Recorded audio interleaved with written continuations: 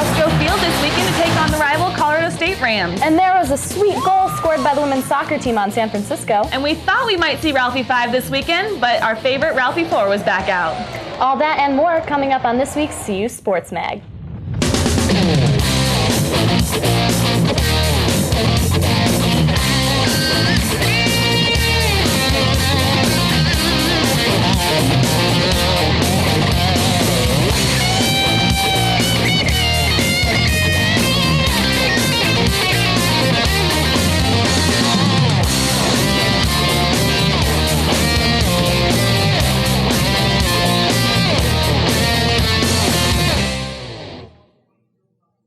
Hello and welcome to this week's edition of CU Sports Mag. I'm Heather Morba, sitting alongside Amanda Blackwell. And it's our first show of the semester, and we are jam-packed with interviews from your favorite players. But first, we have to start off on kind of a serious note.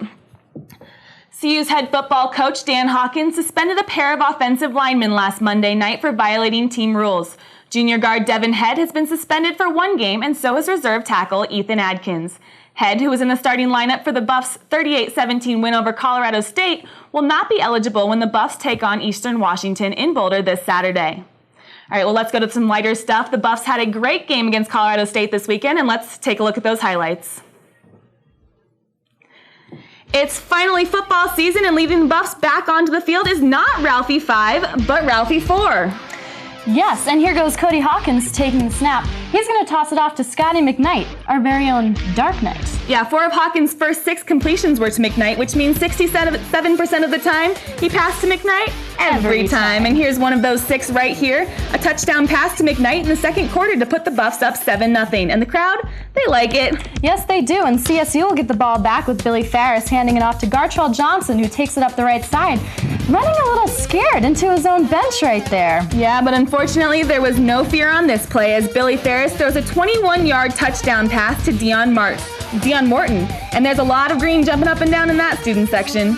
But the Buffs will come back on the very next play. Here's a little squib kick. It's going to come all the way out to Josh Smith, a.k.a. J-Fly. He's going to run it down all the way into the end zone for a touchdown. We haven't seen this since Jeremy Bloom did it in 2003. A long time to go. Wait a second, is this deja vu? Nope, it's CSU. That's the Rams' John Mosier, who does exactly what J-Fly just did and carries the kickoff into the end zone. When's the last time that happened? The Buffs' 14-point lead is brought back down to 7. And to the fourth quarter we go. Cody will lay off this sweet 35-yard pass to Kendrick Celestine, who lands on the 1. Although, some say this could have been a touchdown. But as the saying goes, if at first you don't succeed, hand it off to your phenom freshman. Darrell Scott gets the crowd chanting his name as the Buffs win 38-17. Let's take a look at those stats. Well, we had Cody Hawkins with a strong showing for his first game of his sophomore year, 20 for 29 with 214 yards and 1 touchdown. And Scotty McKnight was also looking strong going, catching 5 times. There were a lot of new faces on the football field Sunday afternoon, and one face that everyone did recognize, Ralphie 4. Ralphie 5 was introduced to the football family at the end of last year, but as fans saw during the game, both Ralphie and her handlers need a little more work before she runs in a real game. I would say the handler's getting fast enough just because she's super fast and I guess just communicating, when someone falls off to have somebody there to catch up and, get her around. We'll still be using them both just because they're both part of our program. That they both represent CU still, and it's nice to have 4 around maybe to do some appearances, so we'll still be using them both. While she didn't make an appearance on Sunday, her handlers did say that Buff fans can expect to see Ralphie 5 run later this year. The football team walked away with a victory over CSU on Sunday. The question is, what did fans think of their performance? Sports Mag's Adam McPherson got students' reactions on their team's season opener.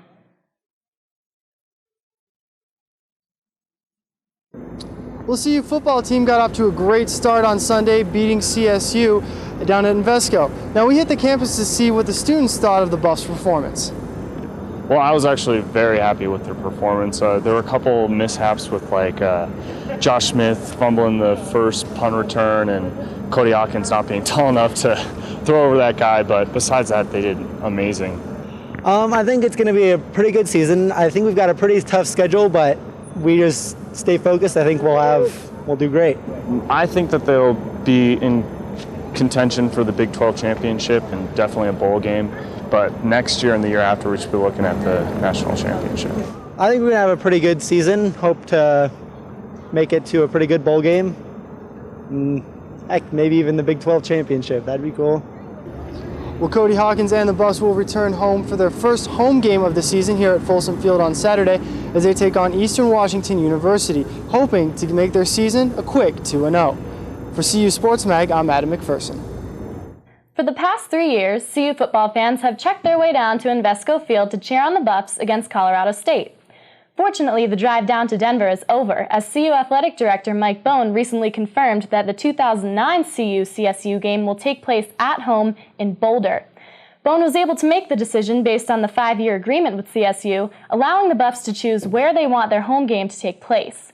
In order to satisfy season ticket holders, Bone decided to bring the game to Folsom Field in order to host a total of 6 home games for the season. While the Buffs may no longer face the Rams in a couple years, for now, the teams and the fans are excited about staying at Folsom next season. Well, coming up after the break, we'll be talking a little football with Double Team. That's right, Kevin Rash and Russell Cunningham are going to bring you one of the most in-depth looks at the CU football team to date. Stick around. Lewis and Clark, great explorers. Hey, wait. Hi, I'm Thomas Jefferson. Would you check out the West for me? Oh, sure. And they take their keelboat up the Missouri. Oh, Buffalo. Then they built Fort Mandan. They're at 1804. Made some friends along the way. I'm Secretary. Through the Columbia Gorge. Ah! There are tons of ways to help with your kids' learning. Find the really good ones on connectforkids.org. A sweet Pacific Ocean. Yeah! Where's Michael? National Guard duty. Ah, bet he's just sandbagging. I don't think so. Sure he is. He left us with all the big fires to put out. Over 52% of our military is made up of the National Guard and Reserve. They serve in times of war and in times of disaster. And the jobs they perform are hard enough, without you making it harder. Well, let's hope he's ready for some late nights when he gets back. Please support your employees in the National Guard and Reserve.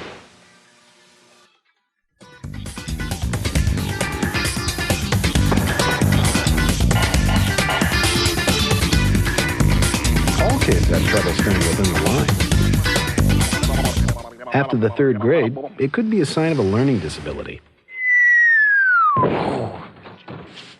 With the right help, most kids go on to do well in school. Call now to help your child manage his learning disability. There's no reason to be held back. What if you had to choose between a flower and an elephant? What would you choose? What if you had to decide between a 100-year-old tree and a 1,000,000-year-old beach? Could you choose between drinking clean water or breathing clean air?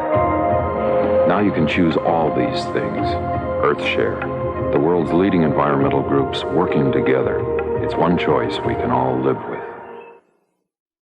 Hey everybody, welcome to the Double Team Set. I'm Russell Cunningham alongside Kevin Rash, the senior football analyst, and we're here to talk a little bit of football. So Kevin, we went down to Invesco Field, CU played CSU, we won 38-17. What did you think of the game? You're going to stop at that senior football analyst. It's getting kind of annoying. Anyways, CU looked great. For the first game of the season, you know, we had some penalties on offense. We're getting used to the new up-tempo spread offense now, so we're going to have to fix those things coming up against Eastern Washington this Saturday. But I liked what I saw. The defense also was supposed to switch to the 3-4 base. But that didn't work out. We went back to the 4-3 just in case CSU started doing those, you know, bubble screens like they did 2-3 years ago. Right, but certainly. You don't want the tight end from CSU just to kill us like he did last year. But, you know, it was the first game of the season, obviously. There were lots of mistakes. We had fumbles. We had missed handoffs. We had special teams errors galore. But it's a victory. And, you know, we won. So what Cody Hawkins was leading this spread offense, and he looked pretty good. He looked pretty, like, standard. Like, he was doing his stuff well. Here we'll see Cody Hawkins he's got the play action. He's looking to roll around. He's making a pass. He's running the offense, and he's getting time from that big offensive line. What we don't see here, though, is the more 4 or 5 wide receiver sets we will have with Josh Smith, McKnight, Patrick Williams. Here you go. You can see McKnight, one of his 6 catches on the day. And it looks really well. What the spread offense does is it gets all of our running backs, like Darrell Scott, you know, Mr. 5-star caliber, We give him like all, 10 carries, 50 yards. We had 153 rushing yards, and that speaks volumes for our new I mean, this takes running back to committee to the nth degree. I mean, I don't think I've ever seen a CU game where we had 5 guys rushing with positive yardage. I mean, that's great if we have the depth, and I hope that our depth maintains. But, I think Darrell Scott, what you didn't see in that footage was that he's doing everything. He's blocking, he's working hard, and he's creating a distraction on the defense because when he's on the field, they're looking for him, and they're not looking for the rest of the offense. I saw a couple times where it was a handoff to him, he gets tackled, and Cody's off in the open field making a pass. So it was a good thing to have. What we didn't tell you guys about was Rodney Stewart, a new true freshman, had 4 carries for 38 yards, and he was a speedster. He was flying down the field. He had like a 22-yard run in his first half, and he's another guy you got to watch out for. Devaney's going to step up with Raya Gear out right now. Yeah, I mean, the offense, it looked good. I think that there's room to grow because with the center snap on shotguns, that's always a question mark, but you'll learn about it. And I think the offense is good. When we come back from break, we're going to talk about a little defense and next week's game. Don't you love that safe, free feeling you get in a pickup truck, Larry? Yeah, nothing but you, me, the open road, a deer. Yeah! A cow! Yeah! The village people! The village people? You could learn a lot from a dummy. Buckle your safety belt. Especially in pickup trucks. I didn't know the village people were doing a road tour. And welcome back to Double Team. Right now we're going to talk a bit about the defense, the new defensive schemes we came up with against CSU last Saturday. So what do you think about that, Russell? Well, they said in all postseason and everything that they were going to run a 4-3 defense, or 3-4, excuse me. But you know what they did? They came out and ran 4-3, which I think confused a lot of people. We were expecting to see 3 down linemen, 4 linebackers, but it did all right. You get some good pressure here, and there's Nicholas, the tackle out of Notre Dame who transferred to CU. He looks strong. Domer is awesome. Yeah. And also Brad Jones, 7 tackles and a sack on the game. We're going to need him to step up, be one of those key playmakers because we lost Jordan Dizon, and right here you saw Daniel Dykes, and that was almost a near pick. Yeah, exactly. He was all over the field. The defense was all over the field, and I think the reason why we switched to the 4-3 was because CSU ran those bubble screens that absolutely killed us last year, and also Corey Sperry, the tight end from CSU, killed us too. He had 3 touchdowns, like 153 receiving yards. As a tight end, tight ends will put up those are freakish numbers. I agree. That's ridiculous. Yeah. And I think I was happy was the performance of our defensive backs. They were a big question mark still. It was just CSU, but they looked good. They had 2 picks combined, and they looked strong. Ryan Walters is flying around, just killing people. Like, he is knocking people over, dominating, and you don't want to get hit by that guy right now. Yeah, and we need the defensive tackles to get pressure on the quarterback so that the cornerbacks, the free safeties, the safeties can, have time to cover the receivers, and we have a lot of coverage sacks that way. And here's a stat for you guys: 21 sacks all of last season, and we already had 5 in the first game against CSU, which is a great start. That's amazing. I mean, we only had 47 knockdowns in the whole season last year. That is not good. That was like second to last in the Big 12 in pressure, and that cannot happen. We need George Hippolyte to step up with that defensive line and really dominate to be able to have our linebackers get good plays and have us have a good chance of winning on the defensive side of the ball. And what's good about our defense playing well is it keeps that momentum going into this weekend against Eastern Washington, who was in the game against Texas Tech all 4 quarters, 35-24. I remember the score was close in the 4th quarter before Texas Tech, blew them out. Certainly. I mean, they had a quarterback who's throwing for 364 yards in one game. That's ridiculous. We're going to be tested here with our secondary to be able to stop them. Yeah. So names to keep eye on in the defensive backfield would be Gardner McKay, Chappelle Brown, who's a starter this year, Ryan Walters, and those guys will need to step up big. Certainly. Hey, that's all the time we have here. Good job, buddy. And we're going to send it back to the desk. All right, thanks, guys. Well, it sounds like a good matchup between Eastern Washington and Colorado this weekend. Yeah, definitely not a game to overlook by any means. So it'll be a good one. Yeah. So, this year's Rocky Mountain Showdown featured a series of plays so rare that it sent our crack staff of researchers scrambling to find out when the last time it had happened. CU sophomore Josh Smith and CSU sophomore John Mosier returned kickoffs for touchdowns on back-to-back plays. When was the last time in either college or pro football 2 kickoffs were returned for touchdowns on back-to-back plays? Yeah, that's a great question. We were talking about that during the game. We were wondering, we knew that happened before, but we couldn't remember a time. So we're going to find out when that happened. Yes, but coming up next, we're going to check out the women's soccer game and see how that went last week. You can see it got a little physical. We'll see what happens after the break. A mi Juan le cuesta mucho hacer la tarea. ¿Cómo puedo ayudar? By coming here, you're already helping. Teachers have a lot to learn from parents. Dice que ya con venir aquí estás ayudando, que los maestros tienen mucho que aprender de ti. By the way, he's been a little mischievous lately. Dice que me porto requete bien. Juan. Hables inglés o no, debes participar en la educación de tu hijo. Aprende cómo llamando.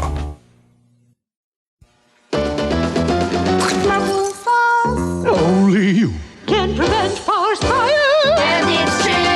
We know we can count on you to do what Rocky says. drown your campfires with water. Make sure it's totally wet. Then stir and drown again. We know we can count on you to do what Rocky says. Only you can prevent forest fires.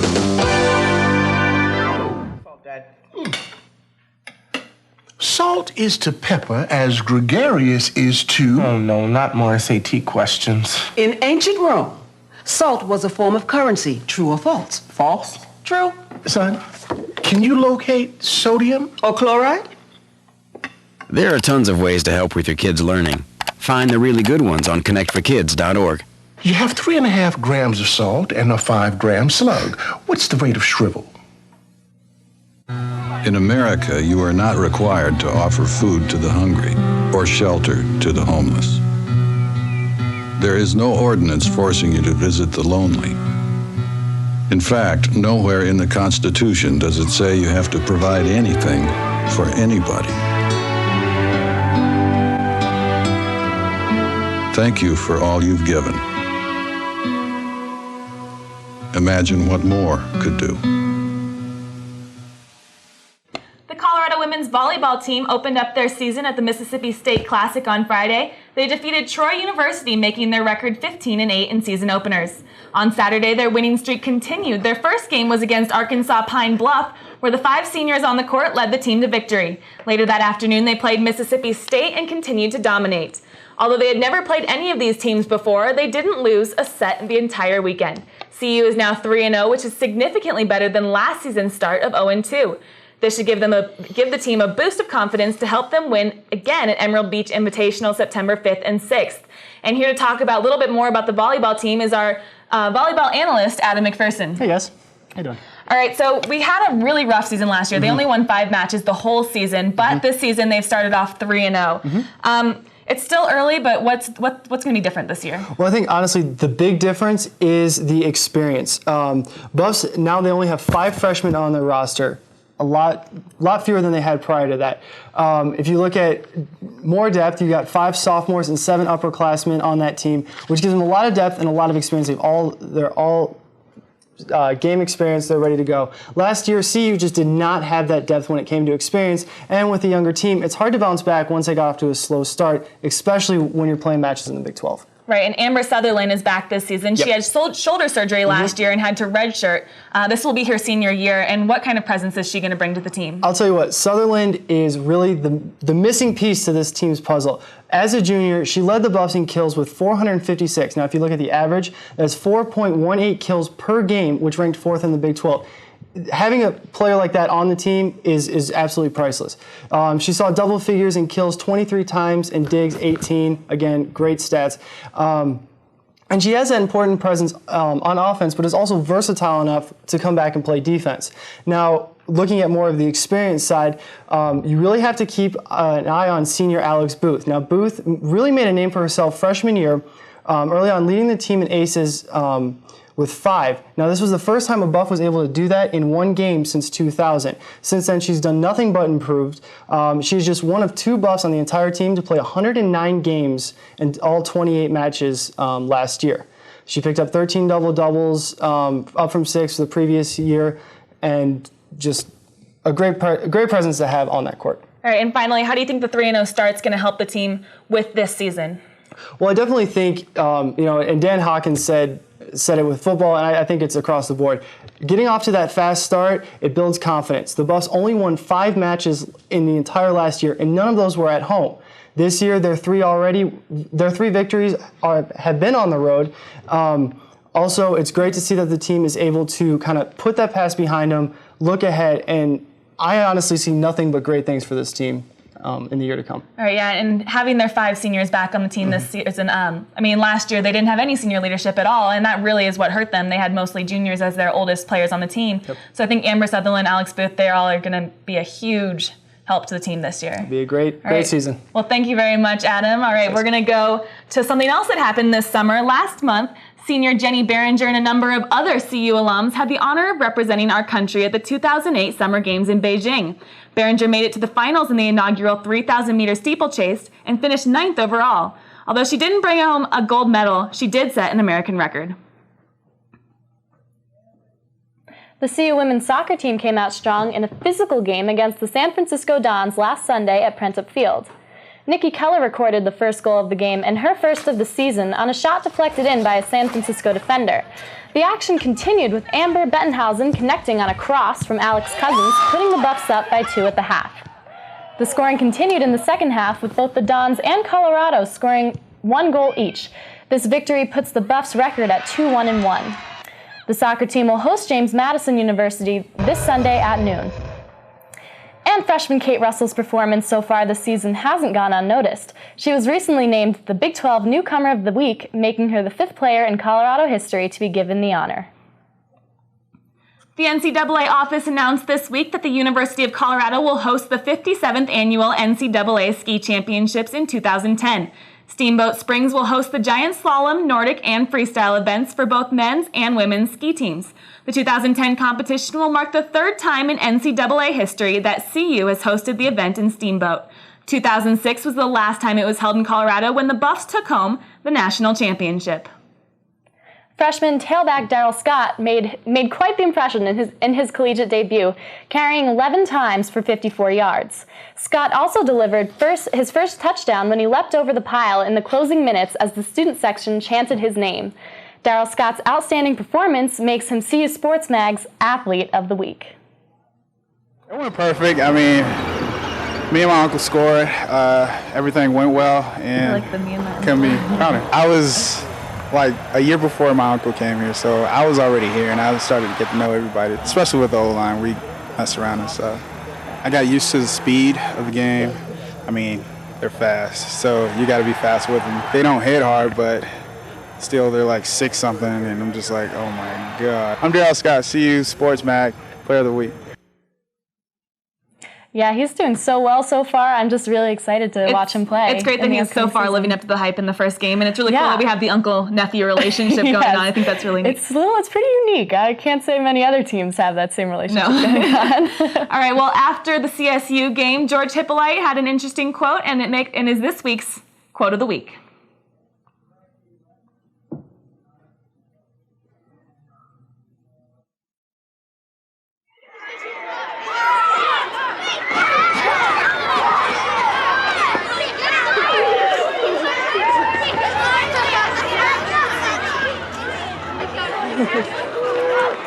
Let's sit down for a second, okay, sweetie? Hey,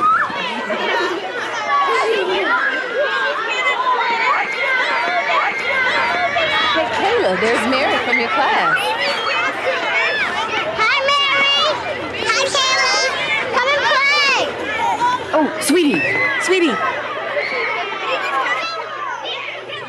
Why don't you go play with those kids over there? Why?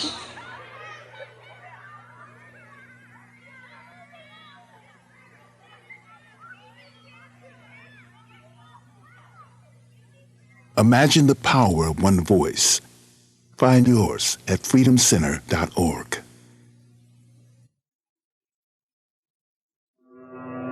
Immediate openings available for the most important jobs in America, helping the organizations that help children.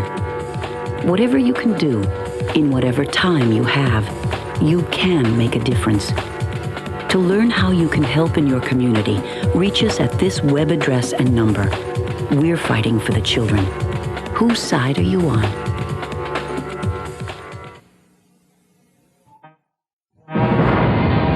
Change. It's coming faster.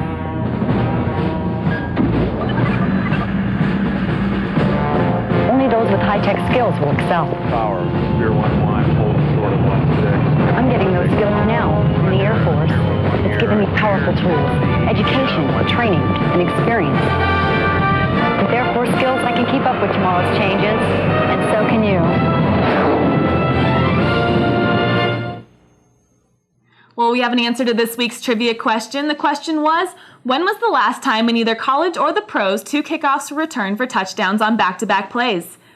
We had to go to the pros to find an answer for this one. The last time this occurred was during the 2001 Super Bowl between the New York Giants and Baltimore Ravens, when the Giants' Ron Dixon and Ravens' Jermaine Lewis accomplished the feat. Sophomore Josh Smith is more than a speedy wide receiver on the football team. He is actively pursuing a music career and busy designing his own clothing and shoe line. We had a chance to talk to him earlier in the week. Music has always been a part of me, so I try to stay on that, when I have the free time. It's a real fun hobby of mine, and me and a friend of mine, we get in the studio and, just get some things off our chest and just try to make enjoyable music for people to like. Also, clothing line, I just want, PF flies and shoes and stuff like that I want to design and get my whole image out there and, keep my swagger out there. I have already made a CD. It's called Endzone Mixtape, and I'm going to be giving that out around campus for people to, check that out. Just see what I have to say. I made music along nightlife and partying and stuff like that, or whether it's, pain and struggling and just trying to keep a lot of things together in your life and stuff like that, and loss and stuff like that. It relates to people on all different levels, just to let people know more of who Josh Fly is, and just not always the guy catching the football. Well, ski season is coming up, and Sports Mag's own Ron Knabenbauer explains the Boulder Freeride Club is CU's own escape to paradise. After a scorching summer, students at CU will be glad to hear that snow season is right around the corner. And who's best to promote this upcoming season than the Boulder Freeride, the CU Ski and Snowboard Club. Boulder Freeride had its annual Welcome Freerider event on Thursday up by the UMC fountains to promote the club and the sport in general. The Welcome Freerider event was huge, but what is the Boulder Freeride? Well, the club is just a social club. We bring together a whole bunch of people who like to ski and snowboard, and I guess anybody on campus who likes to ski or snowboard could be a Boulder Freerider. The Boulder Freeride is the largest student-run organization on campus, and according to their website, the largest in the world with around 3,000 members. We do a lot of trips. We traditionally do a trip over Thanksgiving break. This year we're just renting a condo up in Breckenridge. So we're doing that. We're doing Whistler over winter break this year. That's a week-long trip, and that's going to be a lot of fun. We go to the X Games every year as well for the weekend. And we're going to Park City this year over spring break. So what are these future freeriders expecting from the club? Fun, chance to go skiing. Boarding. That's it, extreme boarding. However, the Boulder Freeride might best be known for its crazy meetings. The meetings, so you come in, you get free pizza, you get free swag. Swag, for those who don't know what it is, like just jackets, ski passes, goggles, anything, yeah. And then you do games and stuff like that, and you win events and get free stuff. The Welcome Freeriders event didn't just bring out students, but also some of the biggest names in the industry, including Burton, Forum, Roxy, Bell Resorts, Steamboat, and Aspen and Snowmass. Well, I get to check out what's new this season and all the boards, all the apparel. I love it. The event included tables by each organization, music, a snow skate competition, and free swag. I like how they have Loaded and the Burton and the different competitions they have going on with giving out T-shirts and the pong competition. With winter fast approaching the Flatirons, on a scale of 1 to 10, how excited are these students for snow? I have to say 12. 10. Big time. 15, is that an option? Snow has already fallen in the high mountains, and with ski resorts planning to open up next month, it seems like snow season is just around the corner. Outside the UMC, Ron Knabenbauer, CU Sports Mag. Thanks for that, Ron. That's going to do it for us on CU Sports Mag. Yes. Go out and support your team this weekend. We've got a full schedule, soccer, volleyball, and football all going on sometime this week, so go support your Buffs. Yeah, put on your finest gold gear and get out there and support those Buffs. That's going to do it for us. Thanks for watching.